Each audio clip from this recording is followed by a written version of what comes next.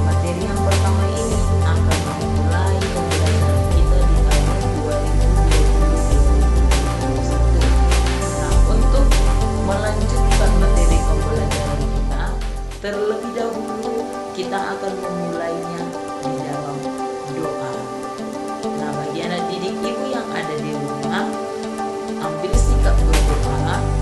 Kita akan berdoa bersama dan ibu yang akan pimpin doa untuk hari ini. Kita berdoa. Terima kasih Tuhan, terima kasih Bapak. Kami bersyukur buat berkat Tuhan yang menyertai kehidupan kami. Sebentar Tuhan, kami akan memulai proses belajar kami, yaitu berbicara mengenai tanggung jawab.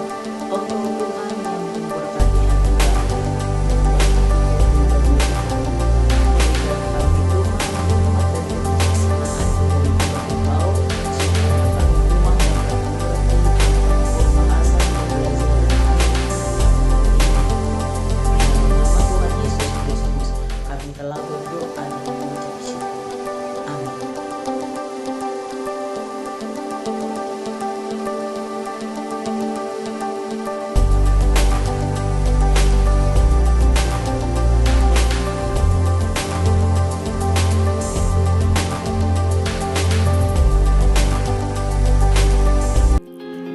Apakah gereja itu sebuah gedung yang indah? Seperti yang bisa kita lihat pada gambar kita ini.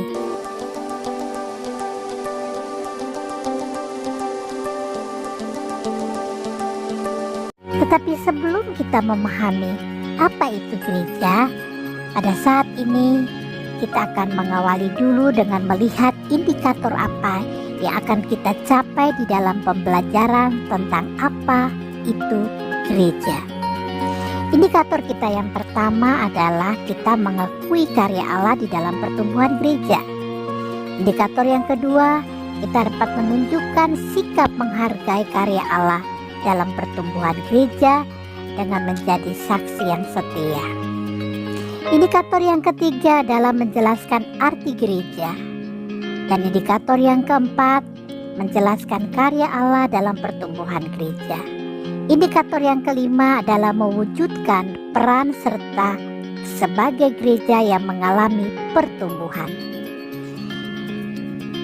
Teman-teman sekalian, panggilan untuk menjadi gereja itu merupakan jawaban dari setiap orang, sekelompok orang, untuk menerima panggilan daripada Tuhan. Gereja adalah persekutuan orang percaya kepada Yesus Kristus. Kita akan melihat terlebih dahulu tentang asal-usul daripada kata gereja. Di dalam bahasa Indonesia atau di dalam bahasa kita sehari-hari, kita sering menyebut gereja. Tetapi apakah kita tahu arti kata gereja yang kita pergunakan sekarang ini berasal dari mana? Kata gereja itu berasal dari kata di dalam bahasa Portugis, yaitu igreja. Mungkin kita bertanya, kok bisa ya itu berasal dari bahasa Portugis? Jika kita mengingat-ingat pelajaran sejarah, maka bangsa Indonesia pernah dijajah oleh bangsa Portugis. Peninggalan daripada jajahan Portugis ini adalah igreja, yang kemudian kita menerjemahkan di dalam kata gereja, Kata igreja sendiri berasal dari kata eklesia di dalam bahasa Yunani. Latar belakang dari kata eklesia di dalam bahasa Yunani, kata ini bila diartikan secara umum, kata ini berarti pertemuan atau sidang. Di dalam tradisi orang Romawi, jika mengadakan pertemuan atau sidang, mereka mengatakan atau menyebut dengan eklesia. Ini adalah istilah yang dipakai atau ciri-ciri daripada kota-kota di luar Yudea untuk menunjukkan atau menyebut pertemuan atau juga sidang yang dilakukan. Tetapi kemudian kata eklesia ini secara khusus diartikan dengan perkumpulan atau persekutuan yang hendak menunjukkan persekutuan orang-orang yang percaya kepada Kristus. Maksudnya mau menunjukkan bahwa orang-orang yang percaya kepada Kristus itu berada di dalam satu persekutuan yang menghimpunkan mereka. Ini latar belakang daripada kata eklesia. Tetapi secara etimologi bahasa, kata eklesia ini berasal dari dua suku kata. Eklesia berasal dari suku kata yang pertama, yaitu ek, yang jika diartikan adalah keluar. Dan suku kata yang kedua adalah kaleo, yang bila diartikan adalah dipanggil.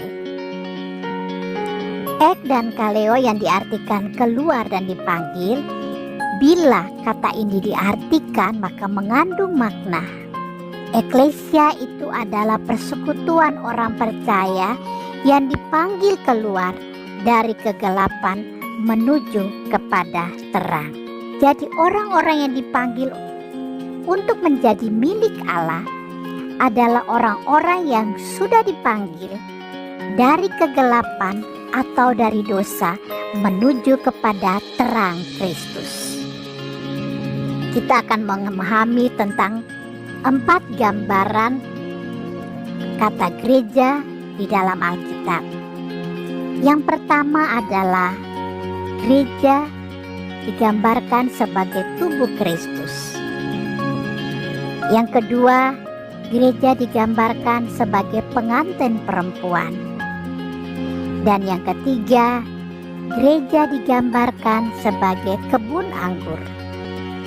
Dan yang keempat, gereja digambarkan sebagai kawanan domba.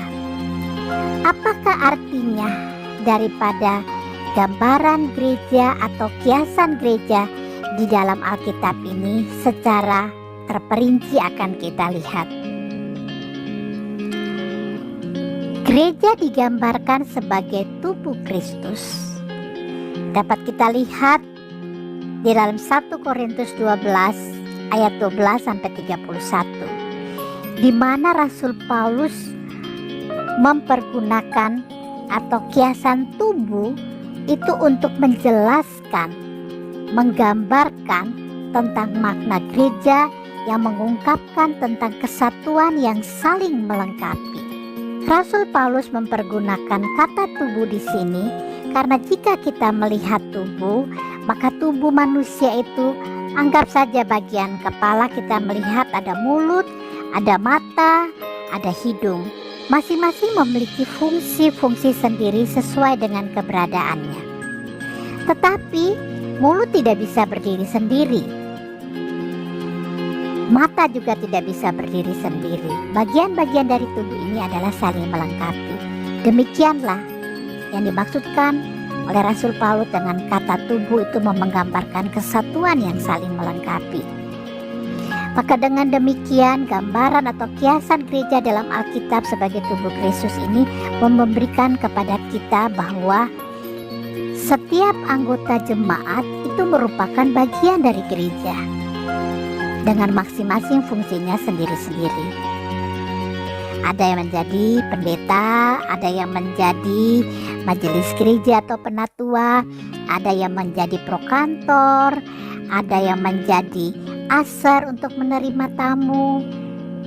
Itu semua merupakan satu rangkaian untuk terjadinya ibadah.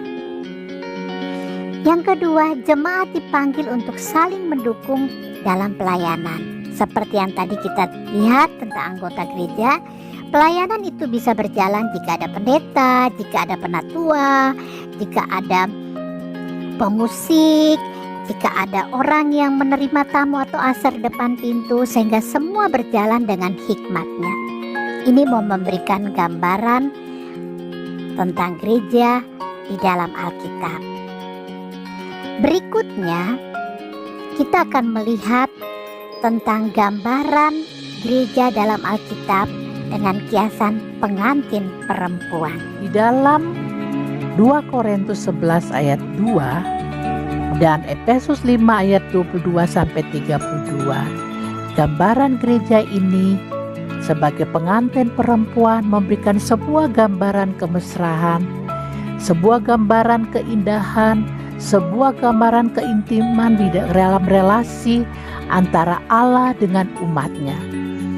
Ya, sebab gambaran gereja dalam Alkitab sebagai pengantin perempuan mau mengajarkan kepada kita bahwa sebagai mempelai perempuan kita diingatkan bahwa kita memiliki relasi yang khusus sebagai gereja dengan Allah yang harus kita jaga, yaitu kesetiaan.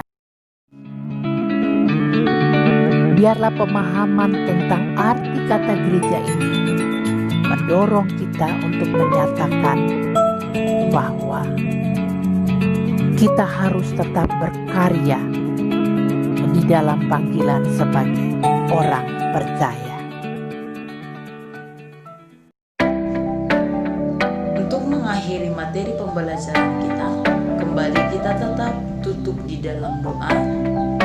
Bagi anak ibu yang ada di rumah, ambil sikap berdoamu supaya kita akhiri pembelajaran kita dan kita tutup di dalam doa.